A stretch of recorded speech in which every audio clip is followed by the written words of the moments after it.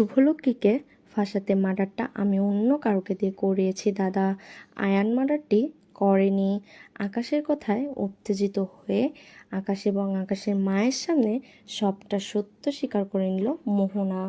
এমনটাই দেখব, তাই বিস্তারিত জানতে প্লিজ আমার এই চ্যানেলটি সাবস্ক্রাইব করে দেখার অনুরোধ থাকবে।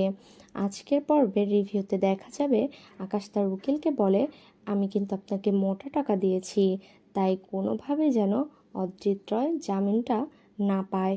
উকিলও বলে, আপনি চিন্তা করছেন কেন, আপনি যেভাবে বলছেন ঠিক সেভাবেই কাজ হবে।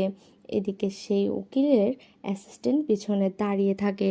লোকটি মেয়েটিকে দেখে ভয় পেয়ে যায়, বলে তুমি এখানে কি করছো? মেয়েটি বলে, আপনাকে ডাকতে এসেছি। ওইদিকে যে সময় ফুরিয়ে যাচ্ছে, এরপর উকিল মেয়েটির দিকে তাকিয়ে মনে মনে বলে, ও আবার আমাদের দুজনে কোনো কথা শুনতে পেয়ে যায়নি তো। মেয়েটিকে দেখে মাঝে মাঝে মনে হয় যে বোকা, আবার মাঝে মাঝে মনে হয় যে বোকা সেজে থাকার অভিনয় করছে। আসলে সত্যি ওর কোনোটাই আমি নিজেও বুঝতে পারি না। ওইদিকে শুভদের পক্ষের উকিল শুভকে জিজ্ঞাসা করে, আপনারা ওই কেবিনে কেন গিয়েছিলেন? শুভলক্ষ্মী বলে, আমাদের মনে হয়েছিল স্বপনদার অ্যাক্সিডেন্টটা এমনি এমনি হয়নি, এর পেছনে কোনো রহস্য লুকিয়ে আছে, আর সেটা দেখার জন্যই, জানার জন্যই আমরা সেই কেবিনে গিয়েছিলাম, আমি আর আদি। আর তখনই শুভদের পক্ষের উকিল বলে, জজ সাহেব একটা ভিডিও আছে ফোনে, যখন অজিত রয় ওই কেবিনে ঢোকে সেই ভিডিও, এই ভিডিওটা করেছে। সেই ভিডিওটা দেখলে বুঝতে পেরে যাবেন যে অজিত রয় খুনটা করেনি। আমি ভিডিওটা চালানোর অনুমতি চাইছি। এরপর জজ সাহেব সেই ভিডিওটা চালানোর জন্য অনুমতি দেয়। আর ভিডিওটা স্ক্রিনে দেখানো হয় যে অজিত সেই কেবিনে ঢুকছে, আর কেবিনে ঢুকেই অজিত নিজেই নিজের হাতে ছুরি নিয়ে স্বপনকে মারছে। এটা দেখে তো আদালতে থাকা সবাই হতভম্ব হয়ে যায়। এদিকে ভিডিওটা দেখে আকাশ মুচকি মুচকি হাসতে থাকে, আর মনে মনে বলে, এবার তোমাকে কেউ রক্ষা করতে পারবে না অজিত রয়। এদিকে ভিডিওটা দেখে তো অজিত নিজেই হতভম্ব হয়ে যায়, এরকম ভিডিও এখানে কি করে এলো, এরকম কোনো ভিডিও তো করা হয়নি। আর তখনই অজিত চিৎকার করে বলে ওঠে, এই ভিডিওটা আমার করা নয়, এই ভিডিওটা আমি করিনি, এই ভিডিওটা আমার ফোনে কোথা থেকে এলো? আমি কোনো খুন করিনি, বিশ্বাস করুন। আমি যখন ওই রুমের ভিতরে ঢুকেছি, আমার পায়ের নিচে আমি এই ছুরিটা পাই, আর সেটাই আমি হাতে নেই, বিশ্বাস করুন এরকম কোনো ঘটনা ঘটেনি। আর তখন মোহনা বলে ওঠে, হ্যাঁ, এটা কিছুতেই সত্যিকারের ভিডিও হতে পারে না, কিছুতেই না, এটা ফেক ভিডিও। আমার আয়ান এরকম কাজ করতে পারে না, আমার আয়ানকে কেউ ফাঁসানোর চেষ্টা করছে। এদিকে অজিত বারবার বলছে, জজ সাহেব আমি খুনটা করিনি, আমি যখন কেবিনে ঢুকি তখন আমি ছুরিটা নিচে দেখতে পাই, আর তারপরই আমি ওইটা হাতে নেই, বিশ্বাস করুন এরকম কিছু আমি করিনি। এদিকে শুভলক্ষ্মী এসব দেখে অসুস্থ হয়ে পড়ে। চারিদিকে কথা বলা বলি হচ্ছে যে নিশ্চয়ই উনি মানসিক ভারসাম্যহীন ছিলেন, সেই জন্য এই জায়গা থেকেই কাজটা করেছেন। এদিকে আকাশের পক্ষের উকিল বলে, এই ভিডিওটা দেখে আর কোনো সন্দেহ রইল না, কোনো অবকাশ রইল না যে মিস্টার রয় এই খুনটা করেনি, এই খুনটা মিস্টার রয় করেছে। তাই আমি জামিনটা নামঞ্জুর করে ওনাকে কঠিন শাস্তি দেওয়ার আবেদন করছি। আর তখনই বিপক্ষের উকিল বলে, দেখুন জজ সাহেব, ভিডিওটা আমি চালিয়েছি, আমি কিন্তু ভিডিওটা আপনাদের সামনে ওপেন করেছি, কিন্তু এরকম একটা ভিডিও দেখা যাবে সেটা আমি ভাবতে পারিনি, তবে হ্যাঁ ভিডিওটা ফেক হতে পারে। আর এই কথা শুনে জজ সাহেব বলে, ভিডিওটা ফেক কিনা সত্যি সেটা ফরেনসিক ল্যাবে প্রমাণিত হবে, ফরেনসিক টেস্টে এই ভিডিওটা পাঠানো হবে, সেখানেই দেখা যাবে ভিডিওটা সত্যি কিনা। আর এই কেসে অজিত রায় আগামীকাল দেওয়া হবে। আজকের মতো কোর্ট এখানে মন্তব্য ঘোষণা করা হলো। এরপর পুলিশ অজিতকে নিয়ে থানায় যেতে লাগে। শুভলক্ষ্মী বলে, সব কিছু আমার জন্য হয়েছে, আজকে আমার জন্য তোমার এই অবস্থা। অজিত বলে, না শুভ, তোমার জন্য আজকে আমার এই অবস্থা নয়, আমাদের কেউ ফাঁসাতে চাইছে, বিশ্বাস করো ওই রকম একটা ভিডিও কোত্থেকে এলো আমি নিজেও জানি না, ওই ভিডিওটা আমি করিনি, আমার ফোনে তো অন্য কিছু ছিল যেটা প্রমাণ হয়ে যেত আমি নির্দোষ, এরকম একটা ভিডিও কোত্থেকে এলো আমি বুঝতে পারছি না। এদিকে পুলিশ টানতে টানতে অজিতকে নিয়ে যায়। শুভলক্ষ্মী কান্নায় ভেঙে পড়ে। অজিতের বাবা বলে, শক্ত হ মা, তুই শক্ত হ, তখন শুভ বলে, আমি শক্তই আছি বাবা, আমি আমার মনকে শক্ত করে নিয়েছি, আমাকে তো যেভাবেই হোক আজিতকে নির্দোষ প্রমাণ করতেই হবে, করতেই হবে। বলে হঠাৎ ওইরকম একটা ভিডিও কোর্টে চালানো হলো, সেটাই তো আমি বুঝতে পারছি না।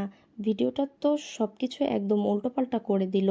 আর তখনই শুভলক্ষ্মী বলে, বুঝতে পারছো না, বুঝতে পারছো না, তোমরা আরও বেশি করে আকাশ সেনকে উকিলে বিশ্বাস করো। আমি তোমাদেরকে প্রথমেই বলেছি ওই লোকটা আমাদের কোনো কাজে আসবে না, ও আদিকে ফাঁসাতে চাইছে, ও আদিকে মুক্তি করতে চাইছে না। আর তখনই অজিতের বাবা বলে, কাকে বিশ্বাস করবো রে মা? তখনই শুভলক্ষ্মী বলে, বাবা আমাকে বিশ্বাস করবে, হ্যাঁ তোমরা আমাকে বিশ্বাস করবে, আমি তোমাদের ছেলেকে এখান থেকে উদ্ধার করব যেভাবেই হোক। ওইদিকে স্বপ্না কারোর সঙ্গে একটা কথা বলছে, আর সেটা দেখে শুভ বলে, কি ব্যাপার, ও কার সঙ্গে কথা বলছে? এটা তো সেই কালো গাড়ি নয়, এটা তো অন্য একটা গাড়ি। তবে স্বপ্না কার সঙ্গে কথা বলছে? সব কিছু কেমন জানি ধোঁয়াশা লাগছে। এরপর সবাই মিলে বাড়ি ফিরে আসে। বাড়ি ফিরলেই উকিল বলে, দেখুন সব কিছুই তো ঠিক ছিল, জামিনও আমরা পেয়ে যেতাম, কিন্তু এই ভিডিওটা সব কিছু গন্ডগোল করে দিল। ওইরকম একটা ভিডিও থাকবে আমি ভাবতে পারিনি। আর তখনই শুভলক্ষ্মী বলে, প্লিজ তোমরা চিন্তা করো না, আমরা আজিতকে ঠিক ছাড়াবো, ঠিক ছাড়িয়ে নিয়ে আসবো। এদিকে ডোনা বলে, কি মা, খুব তো বড় বড় কথা বলেছিল, শুভদি নাকি তোমার ছেলেকে ছাড়িয়ে নিয়ে আসবে, নির্দোষ প্রমাণ করবে, তা পেরেছে? তা তোমার ছেলেকে আনতে পেরেছে? আর তখনই আজিতের বাবা বলে, সুন্দর না, তোমাকে একটা কথা না বলে পারছি না, অনেক বড় বাড়ির মেয়ে তুমি, তাই তোমার কি একটু মন দিল বলতে কিছু নেই? এরকম একটা পরিস্থিতিতে তুমি কিভাবে একজনকে দোষারোপ করছো? মেয়েটা রাতের পর রাত দিনের পর দিন লড়াই করে যাচ্ছে, আর তাকে তুমি হিংসে করছো? আর তখন দ্রোণা বলে, আমি শুভদিকে হিংসে করব? আমি শুভদিকে কেন হিংসে করতে যাব?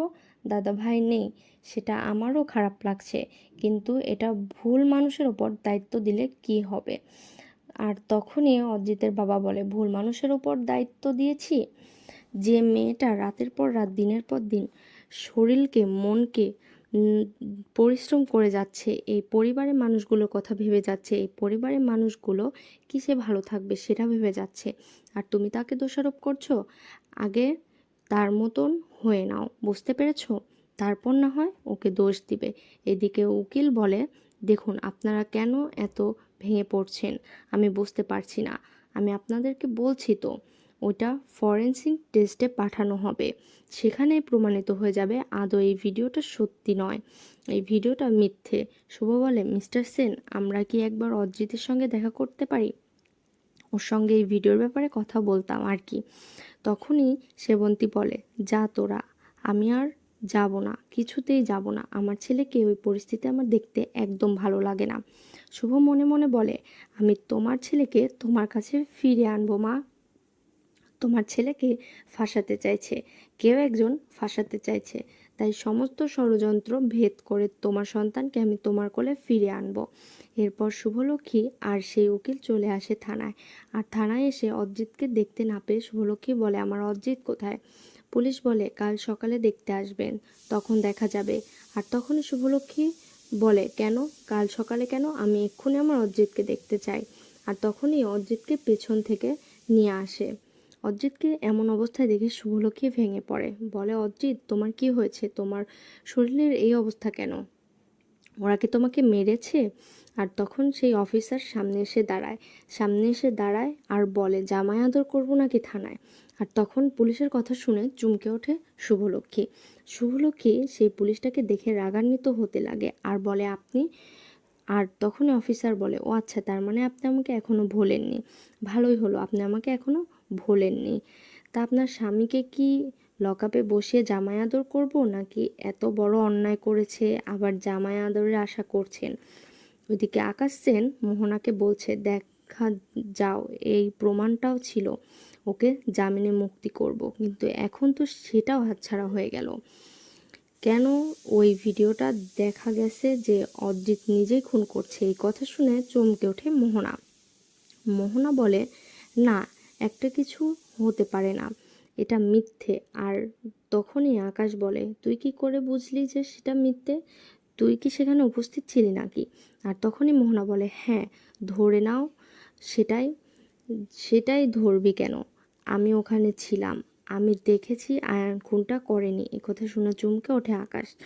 এইদিকে শুভদের পক্ষের উকিল শুভকে বলে, দেখুন আপনাদের পেছনে এমন কোনো বড় মাথা আছে, আপনাদের বড় কোনো শত্রু আছে যে সমস্ত প্রমাণ লেপাট করে দিতে চাইছে। শুভ মনে মনে বলে, আমাদের শত্রু বলতে তো একজনই, সেটা হচ্ছে মোহনা। তবে কি মোহনা তো তবে কি মোহনা তো বন্ধুরা, এমনটাই ছিল আজকের পর্বে। কেমন লাগলো অবশ্যই কমেন্টে জানাতে ভুলো না। পরবর্তী আপডেট পেতে আমাদের চ্যানেলটি অবশ্যই সাবস্ক্রাইব করে পাশে থেকো। ধন্যবাদ।